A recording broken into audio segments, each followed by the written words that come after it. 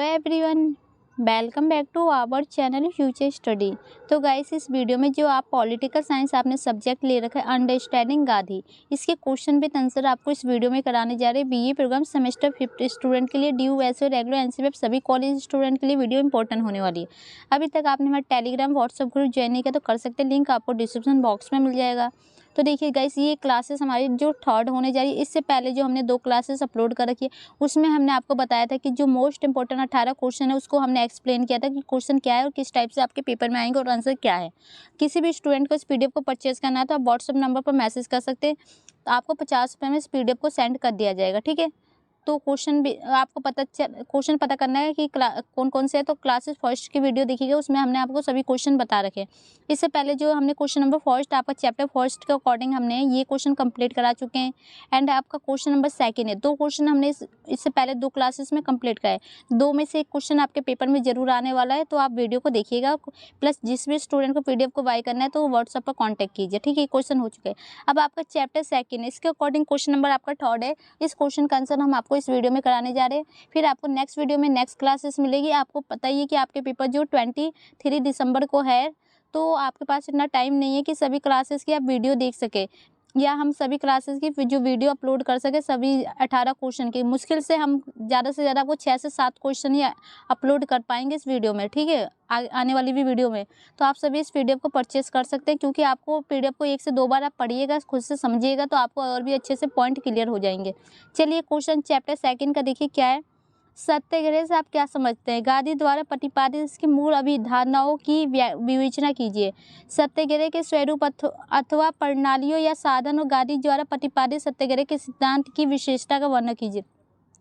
तो क्वेश्चन देख सकते हैं, पेपर में 2 टाइप से पूछा जा सकता है, कोई सा भी क्वेश्चन आ सकता है, तो आंसर सेम ही लिखना है। दोनों का पॉइंट एक ही है, थोड़ा क्वेश्चन को चेंजिंग किया गया है। तो आंसर सबसे पहले यहाँ से देखिए। सबसे पहले पेपर में आपको आंसर लिखने के लिए सबसे पहले आपको ये पता होना चाहिए कि जो सत्याग्रह वो क्या होता है, उसका अर्थ क्या है, उसको कहते किसे हैं। तो देखिए, सत्याग्रह का शाब्दिक अर्थ है सत्य के लिए आग्रह करना, मतलब सत्य के लिए खड़ा रहना, असत्य के समक्ष झुकने वाले और सत्य के प्रति बलिदान करने वाले वास्तव में सत्याग्रह है। मतलब कि देखो, असत्य होता है जिसे झूठ दिखा होता है, उसकी तरफ झुकने वाले और प्लस सत्य के प्रति बलिदान करने वाले को ही सत्याग्रह कहते हैं। सत्याग्रह आत्मा की शक्ति, और ये आत्मा की आपकी शक्ति होती है। इसके आगे देखिए, यह दूसरे से उचित कार्य करने का एक नैतिक साधन है। इसका उपयोग गांधी जी ने सामाजिक तथा राजनीतिक अन्याय के विरुद्ध लड़ाई लड़ने में किया।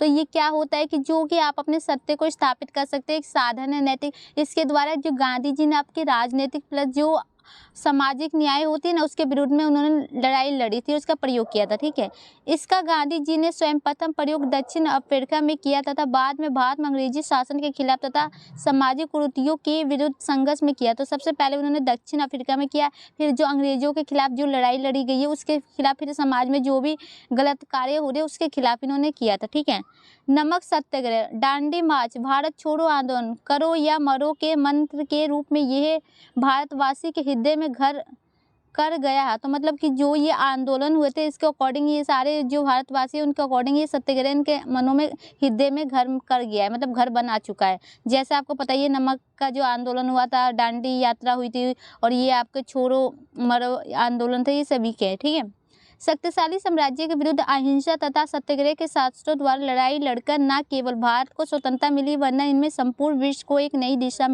दिखाई। तो मतलब कि जो ये लड़ाई लड़ी थी अहिंसा के खिलाफ, से क्या हुआ कि जो भारत स्वतंत्र हुआ प्लस पूरे विश्व में एक नई दिशा के अकॉर्डिंग देखा गया। इसके आगे देखिए, गांधी जी हमेशा लक्ष्य की प्राप्ति में साधन की शुद्धता पर जोर देते हैं। उनका विश्वास था कि अशुद्ध और अपवित्र साधनों के द्वारा शुद्ध लक्ष्य कभी प्राप्त नहीं हो सकता। जैसे बीज होगा वैसे ही वृक्ष होगा। मतलब गांधी जी का कहना यह है कि आप कोई भी लड़ाई लड़े उसके लिए आपको एकदम शुद्ध होना चाहिए, शुद्ध साधन, मतलब एकदम सच्चे मन से आपको करना चाहिए और विश्वास होना चाहिए। क्योंकि देखो, अशुद्ध आप पवित्र होंगे, उसके द्वारा साधन का जो प्रयोग करेंगे तो आपको कभी भी जीत प्राप्त नहीं होगी। मतलब गलत कार्य करके आप जीत प्राप्त नहीं कर सकते। और एग्जाम्पल के लिए दिया गया है कि जैसा आप वृक्ष लगाएंगे तो वैसा ही आपको, मतलब बीज लगाएंगे तो वृक्ष पैदा होगा। अगर आप बबूल का पेड़ करोगे तो बबूल के ही फल आएंगे, आम का लगाओगे तो आम के ही आएंगे, इसी टाइप से। ठीक है, सत्य, अहिंसा तथा बलिदान पर आधारित होता है। सत्याग्रह का मुख्य तत्व सत्य ही है।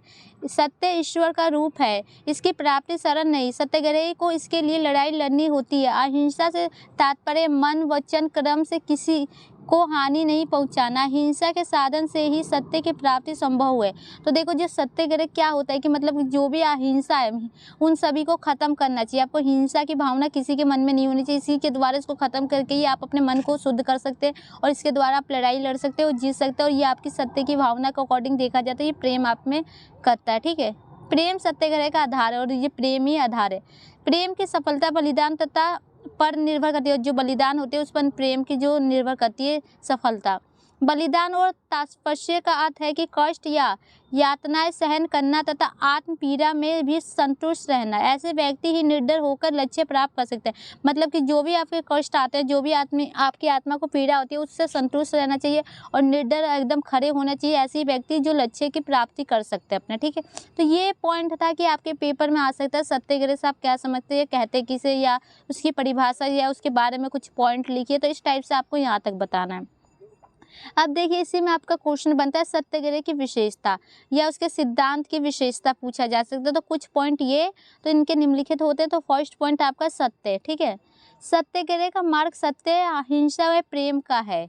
सत्याग्रह को स्वयं से यह पूर्ण विश्वास होना चाहिए कि वो सत्य के लिए लड़ रहा है तथा सत्य में हिंसा का प्रयोग नहीं होना चाहिए। गांधी जी का मत था कि व्यक्ति की सामाजिक क्रिया और सत्य पर आधारित होनी चाहिए। मतलब सत्याग्रह, देखिए सत्य का क्या मतलब है कि अहिंसा से आप अहिंसा एवं प्रेम की भावना आप में होनी चाहिए। हिंसा की भावना बिल्कुल भी नहीं होनी चाहिए और अपने आप पर विश्वास होना चाहिए कि हम एक सही कार्य करें, सत्य के लिए लड़ाई लड़ें। इसी के द्वारा जो आप कर सकते हैं सामाजिक कार्य है उस पर आधारित सत्य होना चाहिए। ठीक है, अब देखिए सेकंड पॉइंट है इसका अहिंसा। सत्याग्रह विरोधी के प्रति हिंसा या हिंसा की अनुमति नहीं देता, क्योंकि इसका उद्देश्य विरोधी का हृदय परिवर्तन करना है, ना कि उसका दमन करना। मतलब कि देखो, अहिंसा के हिंसा और ये सब होती है लड़ाई झगड़े, ये सब नहीं इसका करना चाहिए, क्योंकि विरोधी को हमें उसमें परिवर्तन लाना चाहते हैं, ना कि उसको बिल्कुल ख़त्म करना चाहते हैं। ठीक है, सत्य और अहिंसा एक दूसरे से अत्यधिक घनिष्ठ रूप से जुड़े हैं, उन्हें अलग नहीं किया जा सकता। अहिंसा साधन और सत्य संध्या। तो मतलब सत्य और अहिंसा को कभी भी अलग नहीं किया जा सकता, ये दोनों एक दूसरे से जुड़े हैं। ठीक है, अब बलिदान। प्रेम सत्याग्रह का आधार होता है। प्रेम की सफलता बलिदान और पर निर्भर करती है। मतलब जो प्रेम होता है वो बलिदान को अकॉर्डिंग ही निर्भर करती है और ये सत्याग्रह का आधार है। बलिदान का तात्पर्य है कि कष्ट या यातनाएं सहन करना और आत्म पीड़ा में भी संतुष्ट रहना। मतलब कि जो भी आपके सामने कष्ट आती है, समस्या आती है, उसको सहन कर सकते हैं और खुश रहना चाहिए। ऐसी तपस्या करने वाले व्यक्ति दुख मृत्यु से डरता नहीं, और ये सब जो कर लिया वो दुख और मृत्यु से डरेगा नहीं। वह निर्डर होकर अपने लक्ष्य की ओर आगे बढ़ता है और अपने जो भी आपका लक्ष्य है उसको और उद्देश्य आगे बढ़ोगे। गांधी जी इस संदर्भ में कहते हैं कि सत्याग्रह को व्यक्तित्व के रूप में कष्ट सहन करना है। जो भी सत्याग्रह करेगा उसके अकॉर्डिंग थोड़े बहुत तो कष्ट उसको सहन करने ही होते हैं। अब इसके आगे देखिए, गांधी द्वारा प्रतिपादित इसकी मूल अभिधारणाएं। तो आपके पेपर में आ सकता है कि इसकी मूल अभिधारणाएं बताइए। आ सकता है सत्याग्रह के स्वरूप, सत्याग्रह के विभिन्न पद्धतियां अथवा प्रणालियों या आयाम साधन बताइए। तो ये पॉइंट आपके पेपर में आ सकता है, तो इस टाइप से पॉइंट लिखना है।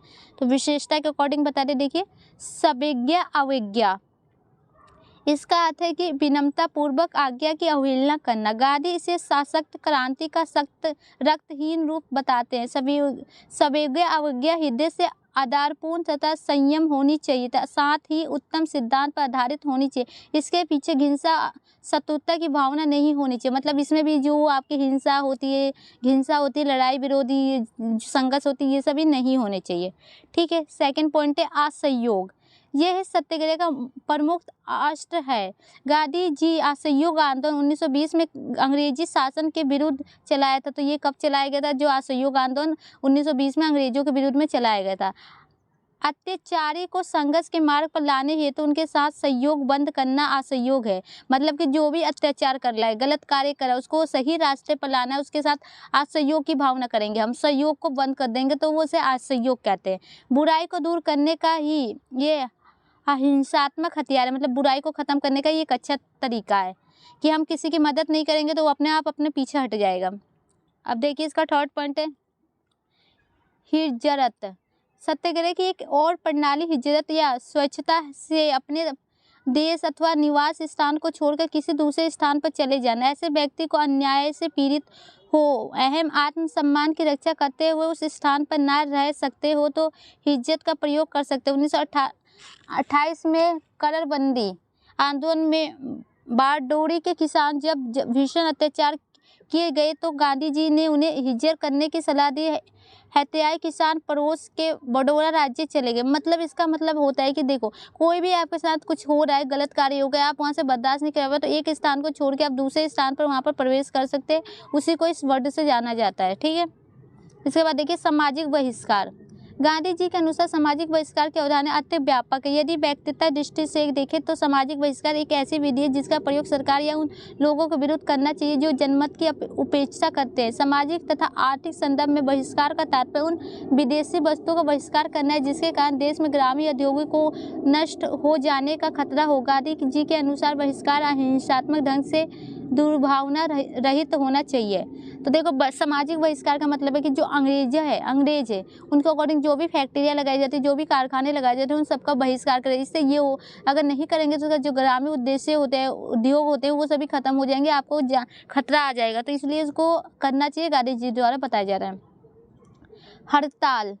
हड़ताल का आश्रय किसी अन्याय का प्रतिकार करने के लिए उस सारे व्यापार और कारोबार तथा दुकानें और कार्यालयों को बंद करना। मतलब हड़ताल करना मतलब कोई भी आपका उद्देश्य की पूर्ति के लिए अपने दुकानों पर पूरे हड़ताल करके बैठ जाते हैं ना कि हम बंद करके हम ये काम नहीं करेंगे, वही होता है। इसके द्वारा सरकार के सामने जन सम्मानी की आवश्यकता और कष्टों और समस्या को सरकार के सामने प्रकट किया जाता है। जो भी समस्या होती है, मनुष्य को अपनी समस्या जो भी कष्ट होती है सरकार को कहती है कि हमारी बातें मानेंगे जब भी हम इसे हटाएंगे। श्रमिकों के दुखों को दूर करने का ये प्रभावी साधन है। इसका प्रयोग शांतिपूर्वक अहिंसक तरीके से होना चाहिए और ये शांतिपूर्वक बिना अहिंसक तरीके से इसे किया जाना चाहिए। ठीक है, और ये अच्छा एक साधन है। धारणा वह तरीका है जिसके द्वारा सामाजिक विरोधी कार्यों के प्रति व्यापक जनमत तैयार करना, जिसके माध्यम से समाज विरोधी कार्य करने वाले व्यक्ति के हृदय को बदला सकते हैं। गांधी जी ने शराबबंदी तथा विदेशी वस्तुओं के उपयोग को रोकने के लिए सत्याग्रह के इस साधन का व्यापक उपयोग किया। तो देखो, धारणा के अकॉर्डिंग जो कि शराबबंदी और जो विदेशी वस्तु है उसके प्रयोग में गांधी जी द्वारा इस साधन का प्रयोग किया गया था, जिसमें यह होता है कि जो भी आपके कार्य विरोधी समाज होते हैं उनके अकॉर्डिंग आपको उसमें बदला जा सकता है उसके हृदय को। उपवास, यह सत्याग्रह का अंतिम साधन है। जब समस्त उपाय बेकार सिद्ध हो तो तभी इसका प्रयोग करना चाहिए। तो ये अंतिम साधन है। उपवास मतलब कि खाना पीना छोड़ देना, ऐसा गांधी का कहना है।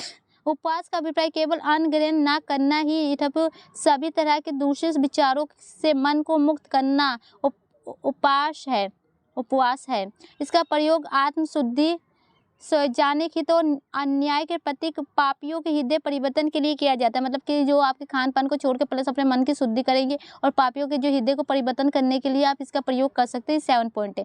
तो गाइस, ये कुछ पॉइंट थे जो कि हमने आपको क्वेश्चन नंबर आपका जो 3rd है वो हमने कंप्लीट कर दिया। तो वीडियो कैसी लगी, अच्छी लगी तो लाइक शेयर कीजिएगा। अब आपकी जो नेक्स्ट क्लासेस आएगी उसमें आपको नेक्स्ट क्वेश्चन की वीडियो मिलेगी। जैसे कि आपको क्वेश्चन नंबर जो 4 है, इस क्वेश्चन का आंसर हम आपको बताएंगे। तो वीडियो अच्छी लगी तो लाइक शेयर कीजिए। जिस भी स्टूडेंट को पीडीएफ को परचेज करना है तो व्हाट्सएप नंबर पर मैसेज कीजिए। Thank you.